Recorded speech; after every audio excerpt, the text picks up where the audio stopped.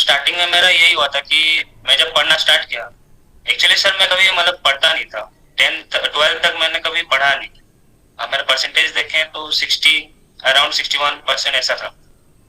तो मैंने कभी पढ़ा नहीं। ग्रेजुएशन में मैंने थोड़ा सीरियस हो गया और पढ़ना स्टार्ट किया। तो स्टार्टिंग में मैंने जब पढ़ना स्टार्ट किया तो पहले दिन मेरा 1-2 घंटा ही पढ़ाई हो पाया। ऐसे धीरे धीरे जब मैं पढ़ते गया तो मेरे हमारा टाइमिंग बढ़ने लगा। फिर उसके बाद ऐसा दिन आया कि मैं और सोचता नहीं था, बस हम लोग दिन भर पढ़ते थे और शाम को थोड़ा मस्ती करने निकल जाते थे, बाहर टहल लेते थे, उसके बाद फिर पढ़ते थे। तो ऐसा भी नहीं कि दिन भर ही पढ़ते थे, थोड़ा मस्ती भी करते थे। कुछ फंक्शंस होता तो वो भी अटेंड करते थे।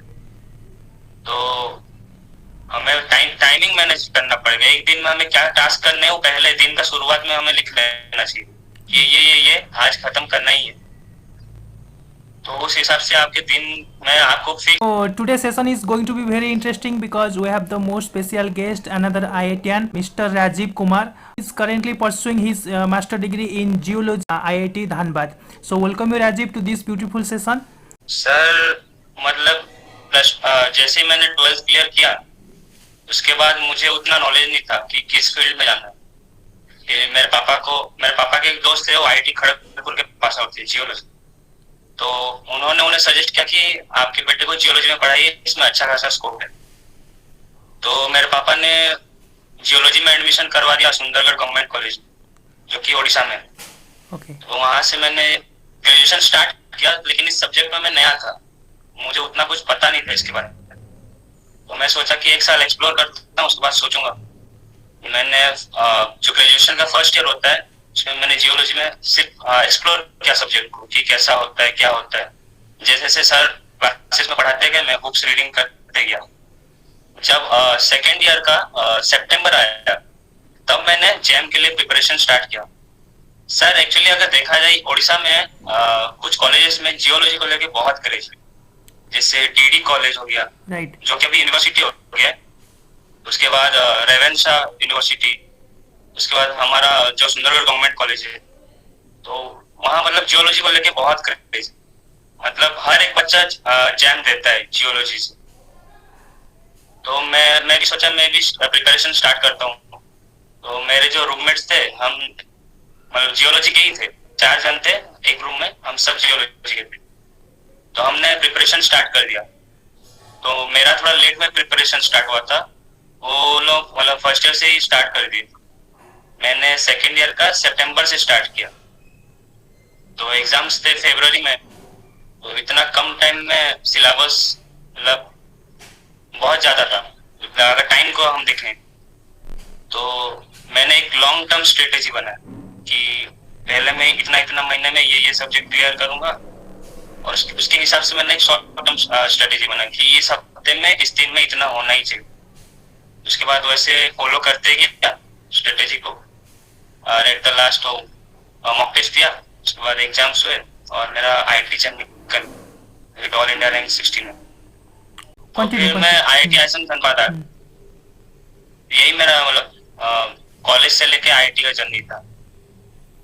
After completion of MSc in geology from IIT, so what are the job opportunities? Yes. What are the job opportunity for the job students? Opportunities. Hmm. Okay sir जैसे कि हम अगर आईआईटी से जियोलॉजी में MSc pass out करते हैं तो 2 sectors हैं, एक है पब्लिक सेक्टर और एक गवर्नमेंट सेक्टर। तो पब्लिक सेक्टर में कुछ पीएसयूज आते हैं, जैसे कोल इंडिया लिमिटेड है, ओएनजीसी है और वेदांता है।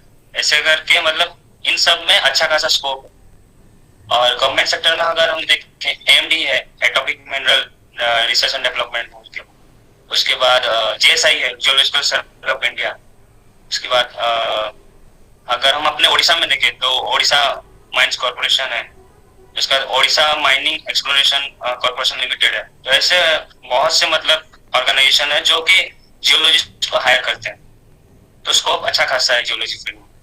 अगर आप कहीं से भी एमएससी पास आउट करते हैं तो आप पीएसयू में जा सकते हैं, गवर्नमेंट सेक्टर में जा सकते हैं, या फिर आप लेक्चरशिप के लिए भी अप्लाई कर सकते हैं नेट के थ्रू। और अगर स्टेट वाइज भी कुछ लेक्चरशिप एग्जाम्स होते हैं, जैसे ओडिशा में ओपीएससी का होता है, ओईएस एग्जाम, उसके थ्रू भी आप जा सकते हैं। तो यही सब अपॉर्चुनिटीज होते हैं जो जियोलॉजी से मतलब अगर कोई पास आउट होता है। Okay. That's it. So next question. So what is your goal now you set up after completion of MSc from IIT? Sir यहाँ मैं अभी IIT आईएसएम धनबाद में हूँ।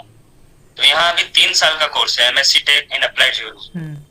तो अभी हमारे इधर मतलब ऐसा है कि हम प्लेसमेंट को लेकर चलते हैं कि हमें कैसे भी करके अच्छा खासा सीजीपीए मेंटेन करना है, और पहला प्रेफरेंस प्रायोरिटी तो प्लेसमेंट होता है। दूसरा मेरा अगर प्रायोरिटी बोलूँ तो मेरा गेट है।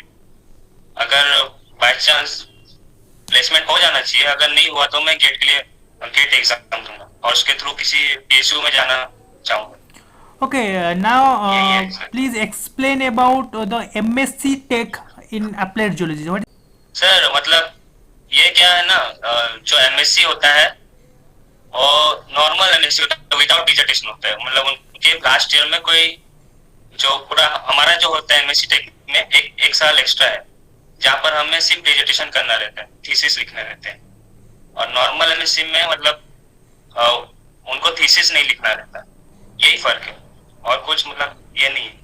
ज्यादातर लोग सोचते हैं कि एमएससी टेक है तो ये एमएससी के साथ एमटेक इंटीग्रेटेड है, लेकिन ऐसा नहीं। हमको भी अगर एमटेक करना है तो गेट के थ्रू हमें एमटेक करना पड़ेगा। यही है sir. Okay, so which is benefit actually if a student pursuing MSc only normal MSc or MSc Tech, in which field the campus or placement will be more?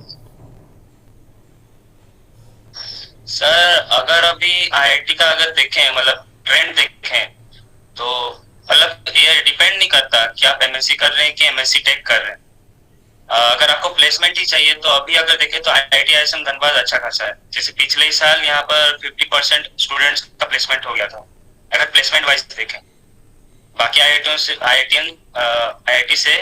ISM Dhanbad में placement अच्छा खासा हो जाता है। और तो डिग्री उतना matter नहीं करता कि आप एमएससी कर रहे हो कि एमएससी टेक कर रहे हो। बस यही है कि यहाँ पर एक साल एक्स्ट्रा आपको मिल जाता है। हमारे इधर एक साल एक्स्ट्रा में हम किसी कॉम्पिटिटिव एग्जाम के लिए अच्छे से प्रिपेयर कर सकते हैं। यही है। Okay, now what you will give the tips to the newcomers who are the BSc in geology? How to prepare, how to crack the jam? Prepare हो जाए सर। पहले अगर जो अभी नए आए हैं बीएससी फर्स्ट ईयर में, मैं उन्हें बोलूंगा कि सब्जेक्ट को पहले एक्सप्लोर करो, क्योंकि हम नए होते हैं। तो टर्मिनोलॉजीज जो होते हैं उस सब्जेक्ट में जो टॉपिक्स है वो हमें उतना अच्छे से पता नहीं होता है। तो उसे हमें एक्सप्लोर करना चाहिए 1-2 महीना, मतलब एक सेम कम से कम हमें एक्सप्लोर करना चाहिए कि उसमें है क्या। उसके बाद हमें पता चल जाता है कि क्योंकि हमारा सेमिस्टर भी चल रहा होता है, कई लोग सेमिस्टर के वक्त जैम का प्रिपरेशन करते हैं, तो किस तरीके से मैनेज करना है, क्या पढ़ना है क्या नहीं, वो समझ में आया। और अगर मैं जैम का स्ट्रेटेजी बताऊं तो सबसे पहले तो हो जाता है उसका सिलेबस। उसका सिलेबस आपके पास होना चाहिए, उसको आप दीवार में चिपका लीजिए, जो कि सामने में हर वक्त आपको देखने होंगे। सिलेबस को पहले रट लीजिए कि इस सिलेबस में क्या क्या है, उस हिसाब से मतलब आपको स्टिक रहना, क्योंकि एक बुक में बहुत से टॉपिक्स होते हैं, आप सब तो नहीं पढ़ सकते। तो जो सिलेबस में है आपको वही पढ़ना है। उसके बाद डेली आपको प्रीवियस ईयर लगाने। प्रीवियस ईयर बहुत इंपॉर्टेंट है, क्योंकि आपको ये भी पता होना चाहिए कि किस टाइप के क्वेश्चन आ रहे हैं। क्योंकि अगर क्वेश्चन के टाइप्स नहीं पता, लेवल नहीं पता, तो आप जितना भी मतलब रट लो कोई फायदा नहीं। उसके बाद आपका कॉन्सेप्ट अच्छा खासा क्लियर होना चाहिए और ज्यादा डिटेल में नहीं पढ़ना चाहिए। हम सोचते हैं कि जैम है तो बहुत डिटेल में पढ़ लेंगे, लेकिन नहीं पढ़ना चाहिए मेरे ख्याल से, क्योंकि टाइम भी कम होता है और एक ही बार में आप पूरा बुक नहीं रख सकते। तो एग्जाम जिस लेवल का पूछ रहा है उतना ही लेवल का पढ़ना चाहिए। तो आप अगर मतलब थोड़ा अर्ली स्टार्ट करेंगे प्रिपरेशन तो ज्यादा अच्छा रहेगा। मैं न्यू कॉमर्स को यही बताना चाहूँ। अगर आप ग्रेजुएशन में है तो फर्स्ट सेम के बाद से आप स्टार्ट कर लीजिए, क्योंकि आपको अच्छा खासा टाइम मिल जाएगा, आपको उतना स्ट्रेस नहीं रहेगा बाद में, धीरे धीरे करके आप पढ़ सकते हैं। उसके बाद एक प्रॉब्लम क्या आता है कि आप जब पढ़ रहे हो तो कंसिस्टेंसी मेंटेन नहीं रहता। Yes, like consistency. तो मैं यही बोला, मेरा भी यही हुआ था। Right. स्टार्टिंग में यस सर। हम्म, तो स्टार्टिंग में मेरा यही हुआ था कि मैं जब पढ़ना स्टार्ट किया, एक्चुअली सर मैं कभी मतलब पढ़ता नहीं था। 10th 12th तक मैंने कभी पढ़ा नहीं। अब मेरा परसेंटेज देखें तो 61% ऐसा था। तो मैंने कभी पढ़ा नहीं। ग्रेजुएशन में मैंने थोड़ा सीरियस हो गया और पढ़ना स्टार्ट किया। तो स्टार्टिंग में मैंने जब पढ़ना स्टार्ट किया तो पहले दिन मेरा 1-2 घंटा ही पढ़ाई हो पाया। ऐसे धीरे धीरे जब मैं पढ़ते गया तो मेरे हमारा टाइमिंग बढ़ने लगा।